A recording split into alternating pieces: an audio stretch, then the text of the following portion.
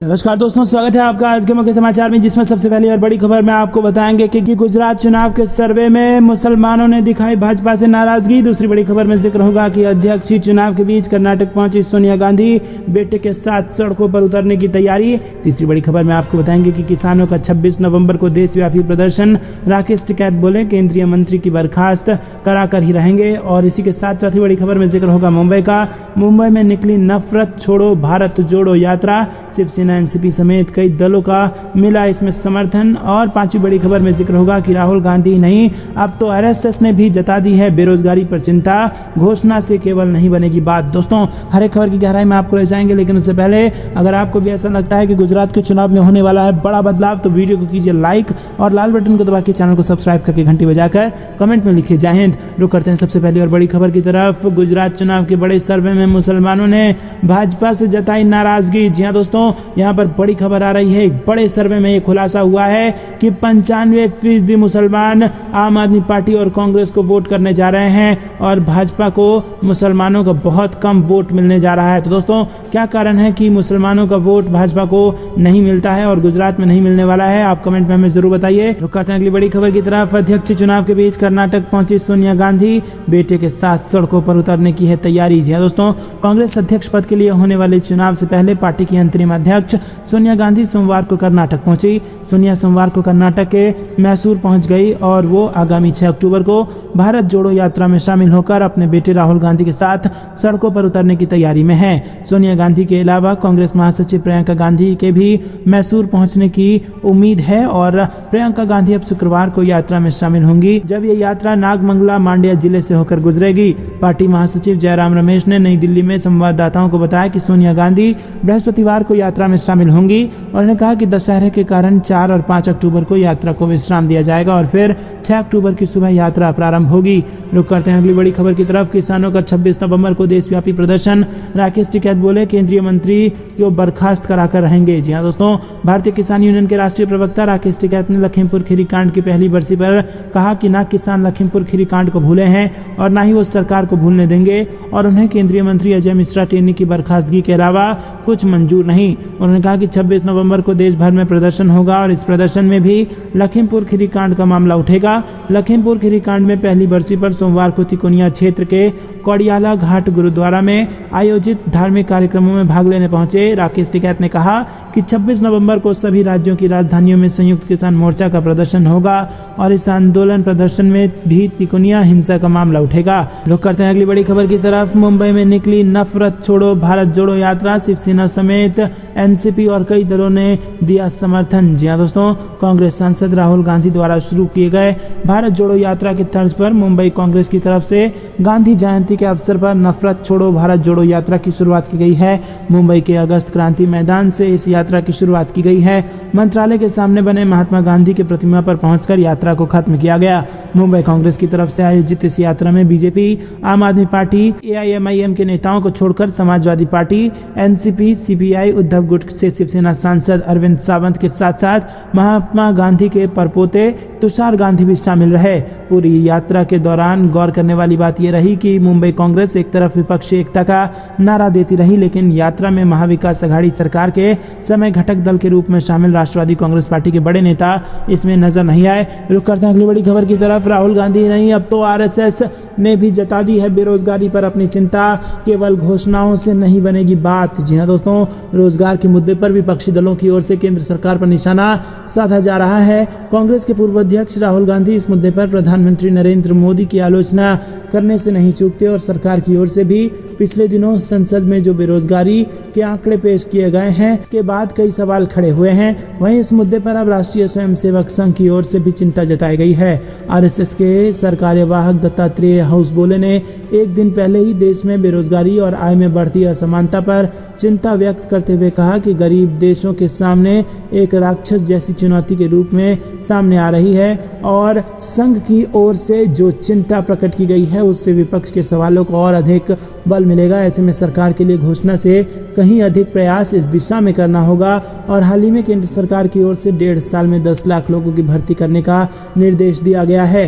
रुक करते हैं अगली बड़ी खबर की तरफ। गुजरात आई राष्ट्रपति द्रौपदी मुर्मू गांधी आश्रम से चलाया चरखा। जी हाँ दोस्तों, राष्ट्रपति द्रौपदी मुर्मू गुजरात आई और यहाँ उन्होंने महात्मा गांधी को श्रद्धांजलि अर्पित की और उसके बाद अहमदाबाद के गांधी आश्रम में चरखा भी चलाया। सरकार की ओर से बताया गया कि राष्ट्रपति द्रौपदी मुर्मू 2 दिनों के लिए गुजरात दौरे पर हैं। राष्ट्रपति द्रौपदी मुर्मू गुजरात की राजधानी गांधीनगर भी जाएंगी, जहां वो एक समारोह में 1330 करोड़ रुपए की परियोजनाओं की शुरुआत भी करेंगी। राष्ट्रपति के रूप में मुर्मू का ये पहला गुजरात दौरा है और वो विगत जुलाई महीने में ही राष्ट्रपति बनी हैं। उन्होंने देश की 15वीं राष्ट्रपति के रूप में संसद भवन के सेंट्रल हॉल में शपथ ली थी और वो देश की दूसरी महिला राष्ट्रपति हैं और स्वतंत्र भारत में पैदा होने वाली और पहली आदिवासी महिला राष्ट्रपति हैं। दोस्तों रुक करते हैं अगली बड़ी खबर की तरफ। सचिन पायलट कांग्रेस आलाकमान से मिलने के बाद जयपुर लौटे, आवास पर जुटे विधायक और मंत्री। जी हाँ दोस्तों, राजस्थान के पूर्व डिप्टी सीएम सचिन पायलट कांग्रेस आलाकमान सोनिया गांधी से मिलने के बाद दिल्ली से जयपुर लौट आए हैं। पायलट के आवास पर हलचल बढ़ गई है और मंत्री और कई विधायक मिलने के लिए पहुंचे हैं। सचिन पायलट कांग्रेस विधायक दल की बैठक नहीं होने के बाद दिल्ली चले गए थे। सचिन पायलट के जयपुर लौटने पर उनके आवास पर मंत्री और विधायक मिलने के लिए पहुंचे और दोस्तों पायलट समर्थक मंत्री मुरारी लाल मीणा समेत कई विधायक पायलट से मिलने उनके आवास पर पहुंचे। आपको बता दें कि पायलट 26 सितंबर को दिल्ली पहुंचे थे। पायलट के जयपुर लौटते ही एक बार फिर सियासी तापमान गर्मा सकता है। दोस्तों पायलट 25 सितंबर को होने वाली विधायक दल की बैठक में भाग लेने के लिए जयपुर आए थे, लेकिन देर रात तक भी बैठक नहीं हो पाई थी। रुक करते हैं अगली बड़ी खबर की तरफ। किसी भी कीमत पर नहीं रुकेंगे, भारी बारिश में भीगते हुए राहुल गांधी ने लोगों को किया संबोधित। जी हाँ दोस्तों, कांग्रेस नेता राहुल गांधी ने रविवार को अपने भारत जोड़ो यात्रा के दौरान कर्नाटक के मैसूर में भारी बारिश के बीच हजारों लोगों को संबोधित किया और कांग्रेस नेता जयराम रमेश ने ट्वीट किया कि गांधी जयंती की शाम मैसूर में मूसलाधार बारिश के बावजूद राहुल गांधी ने लोगों की भारी भीड़ को संबोधित किया। ये साफ दर्शाता है कि भारत जोड़ो यात्रा को नफरत के खिलाफ, भारत को एकजुट करने, बेरोजगारी और महंगाई के खिलाफ बोलने से कोई ताकत नहीं रोक सकती। रुक करते हैं अगली बड़ी खबर की तरफ। अध्यक्ष चुनाव के लिए कांग्रेस ने जारी की गाइडलाइंस, उम्मीदवारों के लिए प्रचार नहीं कर सकते पार्टी पदाधिकारी। जी हाँ दोस्तों, अध्यक्ष चुनाव से पहले कांग्रेस ने सोमवार को चुनाव के लिए दिशा निर्देश जारी किए, जिसमें पार्टी पदाधिकारियों को उम्मीदवारों के लिए प्रचार करने से रोक दिया गया। कांग्रेस के केंद्रीय चुनाव प्राधिकरण द्वारा जारी दिशा निर्देशों में कहा गया है कि जो लोग किसी भी उम्मीदवार का समर्थन करना चाहते हैं उन्हें पहले अपने संगठनात्मक पद से इस्तीफा देना होगा। पार्टी ने कहा कि मल्लिकार्जुन खड़गे और शशि थरूर अपनी व्यक्तिगत हैसियत से कांग्रेस अध्यक्ष का चुनाव लड़ रहे हैं। दोस्तों रुक करते हैं अगली बड़ी खबर की तरफ। सूरत में गरबे की धुन पर थिरके राघव चड्ढा, निकाला भव्य रोड शो और लोगों ने फूल बरसा कर किया स्वागत। जी हाँ दोस्तों, आम आदमी पार्टी से राज्यसभा सांसद और गुजरात के आम आदमी पार्टी सह प्रभारी राघव चड्ढा इन दिनों गुजरात में चुनाव प्रचार कर रहे हैं और इसी क्रम में सूरत पहुंचकर उन्होंने भव्य रोड शो निकाला। लोगों ने राघव चड्ढा के रोड शो पर फूल बरसाए और उनका स्वागत किया। इसके बाद वो सूरत में एक गरबा कार्यक्रम में भी शामिल हुए और गरबे की धुन पर डांस किया। रुक करते हैं अगली बड़ी खबर की तरफ। एक ही दिन में मठ, मस्जिद और चर्च पहुंचे राहुल गांधी, सामने आई ये तस्वीरें। जी हाँ दोस्तों, कांग्रेस ने बताया कि राहुल गांधी ने कर्नाटक में खादी ग्रामोद्योग की महिला बुनकरों के साथ मुलाकात की, जिसमें श्रमिकों ने बेहतर आपूर्ति श्रृंखला, बुनियादी ढांचे और मशीनरी के साथ वेतन वृद्धि से संबंधित चिंताओं को उनके सामने रखा।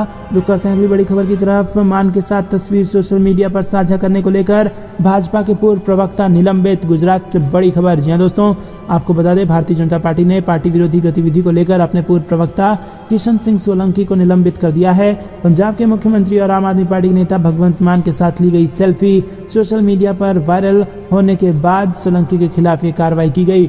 भाजपा की गुजरात इकाई के एक बयान के अनुसार अहमदाबाद से भाजपा के नेता सोलंकी ने करीब 6 महीने पहले तक पार्टी के प्रवक्ता के तौर पर सेवा दी थी और उन्हें तत्काल प्रभाव से 6 वर्षों के लिए निलंबित कर दिया गया है। सोलंकी ने रविवार रात मान के साथ अपनी एक तस्वीर अपने फेसबुक पेज पर साझा की थी, जिसके साथ लिखा हुआ था, जन्मदिन की शुभकामनाएं देने के लिए धन्यवाद भगवंत मान जी। रुक करते हैं अगली बड़ी खबर की तरफ। आम जनता पर महंगाई की मार, त्योहारी सीजन के साथ आवश्यक वस्तुओं की कीमत में तेजी जारी, बिगड़ा रसोई का बजट। जी हाँ दोस्तों, पिछले 1 साल के दौरान गेहूं, आटा और चावल समेत रसोई के आवश्यक सामानों की औसत खुदरा कीमतों में जबरदस्त वृद्धि देखने को मिली है और त्योहारी सीजन के आगमन के साथ बढ़ती कीमतें जारी हैं। जहां तक गेहूं की बात है तो पिछले कुछ महीनों में कीमतों में काफ़ी तेजी आई है। दिल्ली के थोक बाजारों के व्यापारियों के अनुसार धीमी आपूर्ति और ज़्यादा मांग के कारण गेहूं की कीमत में रिकॉर्ड 2560 रुपये प्रति क्विंटल की तेजी देखी गई है। गर्मी की लहर के कारण इस साल गेहूं का उत्पादन कम हुआ, जिससे कृषि उपज की घरेलू आपूर्ति प्रभावित हुई है। रुक करते हैं अगली बड़ी खबर की तरफ। भारत जोड़ो यात्रा ऐप लॉन्च और इस तरह आप भी बन सकते हैं डिजिटल यात्री, सर्टिफिकेट भी मिल जाएगा। जी हाँ दोस्तों, कांग्रेस अध्यक्ष सोनिया गांधी 6 अक्टूबर को कर्नाटक में भारत जोड़ो यात्रा में शामिल होंगी। हालांकि वो ज़्यादा वक्त तक साथ नहीं चलेंगी। मंगलवार यानी 4 अक्टूबर और बुधवार यानी 5 अक्टूबर को भारत जोड़ो यात्रा दशहरा के चलते रुका हुआ रहेगा। इसके अलावा कांग्रेस के वरिष्ठ नेता जयराम रमेश ने सोमवार को भारत जोड़ो यात्रा ऐप लॉन्च कर दिया और उन्होंने जानकारी देते हुए बताया कि कांग्रेस ने भारत जोड़ो यात्रा के लिए एक ऐप लॉन्च किया है।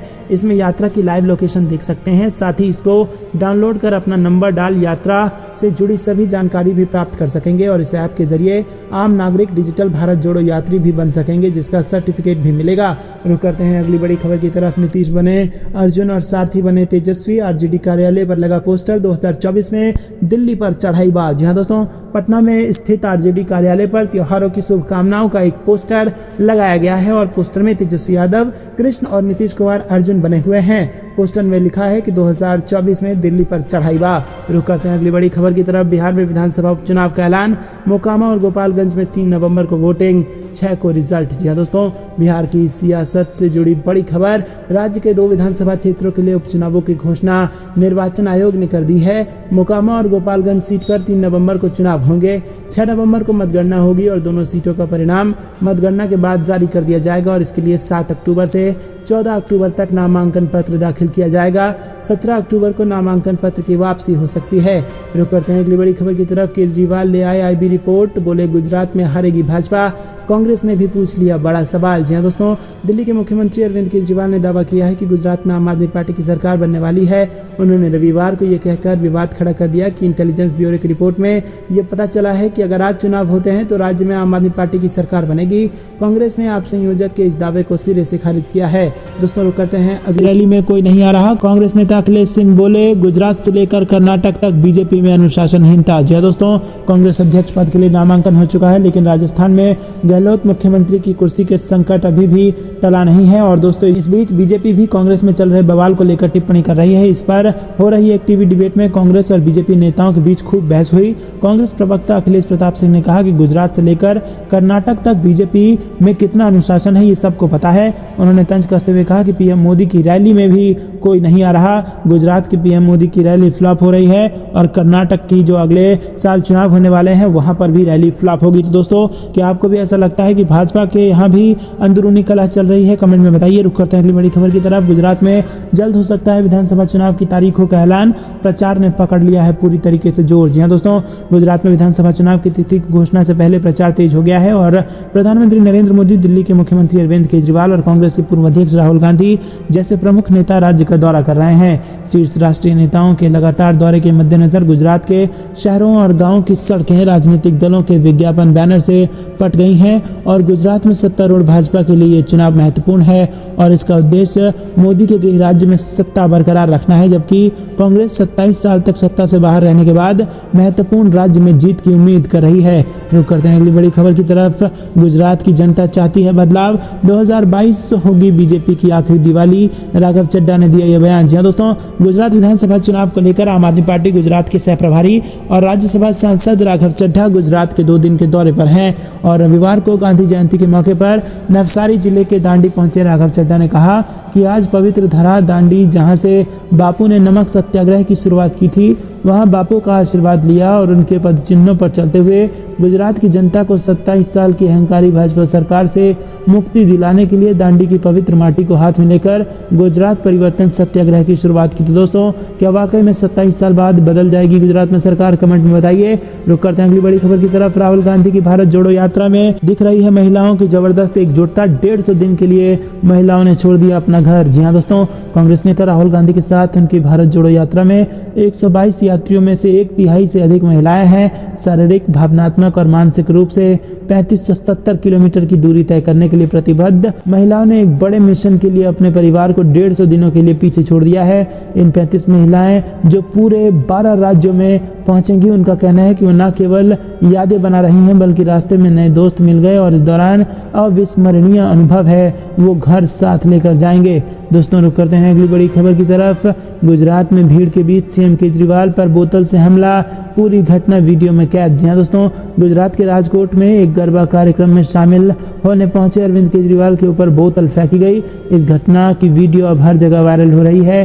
गुजरात में चुनाव से पहले आम आदमी पार्टी लगातार कोशिशों में है कि वहां की जनता का दिल जीत सके और इसी के लिए गुजरात में गरबा में भी यहां पर केजरीवाल ने शामिल हुए और एक के बाद एक महिलाओं को, बुजुर्गों को, बच्चों को एक के बाद एक केजरीवाल गारंटी देते जा रहे हैं कि हमारी सरकार बनी तो ये सारी सुविधाएं मुहैया कराई जाएगी। और दोस्तों इसी के बाद ये खबर सामने आ रही है कि केजरीवाल जहां कहीं भी रैली करने जा रहे हैं वहां भाजपा के लोग फोन करके उनकी रैलियां वहां से कैंसिल करवा दे रहे हैं और जो लोग अपनी जगह पर रैली करवाने की अनुमति दे रहे हैं उन लोगों को धमकाया जा रहा है। और इतना ही नहीं दोस्तों, एक टेम्पो वाले ने जब केजरीवाल को अपने घर खाना खाने के बुलाया तो वो टेम्पो वाला भी अब गुजरात छोड़ के जा चुका है, अभी वो गुजरात में नहीं रह रहा है। तो दोस्तों इस प्रकार से भय का माहौल गुजरात में बनाने की कोशिश सत्ता हथियाने के लिए की जा रही है। और अब ये बड़ी खबर आई है जहां केजरीवाल पर पानी की बोतल से हमला किया गया है। तो दोस्तों क्या गुजरात की जनता इस गुंडई का बदला लेगी? हाँ या ना में अपनी राय जरूर बताइए। रुक करते हैं अगली बड़ी खबर की तरफ।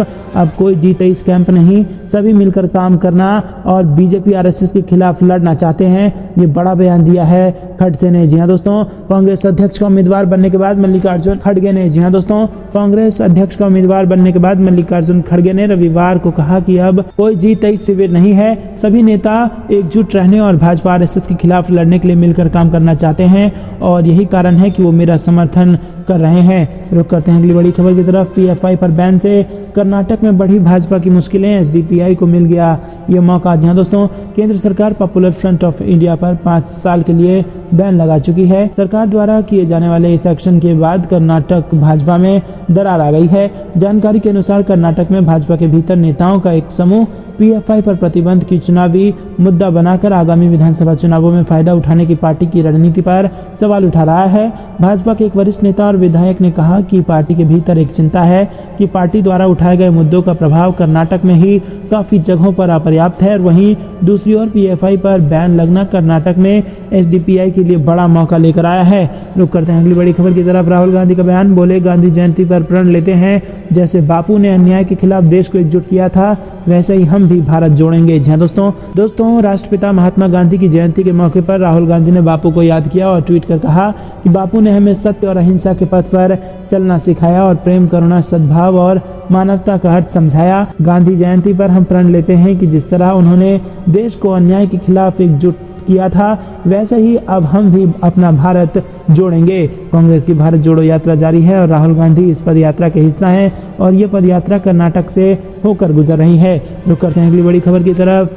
किसान महापंचायत में बोले राकेश टिकैत, कितने भी मुकदमे लगवाए सरकार जरूर लगाएंगे कटीले तार। जी हाँ दोस्तों, किसान महापंचायत में शामिल होने श्रावस्ती जा रहे भारतीय किसान यूनियन के राष्ट्रीय प्रवक्ता राकेश टिकैत ने कटीले तारों के प्रतिबंध पर बड़ा बयान दिया है। राकेश टिकैत ने पत्रकारों के साथ बातचीत करते हुए कहा कि बड़ी बड़ी कोठियों में बैठकर किसानों की समस्याओं का हल नहीं किया जा सकता। सरकार ने कटीले तारों पर प्रतिबंध लगा दिया है लेकिन सरकार ने ये नहीं बताया कि किसान छुट्टा मवेशियों से अपने फसलों की रक्षा कैसे करे।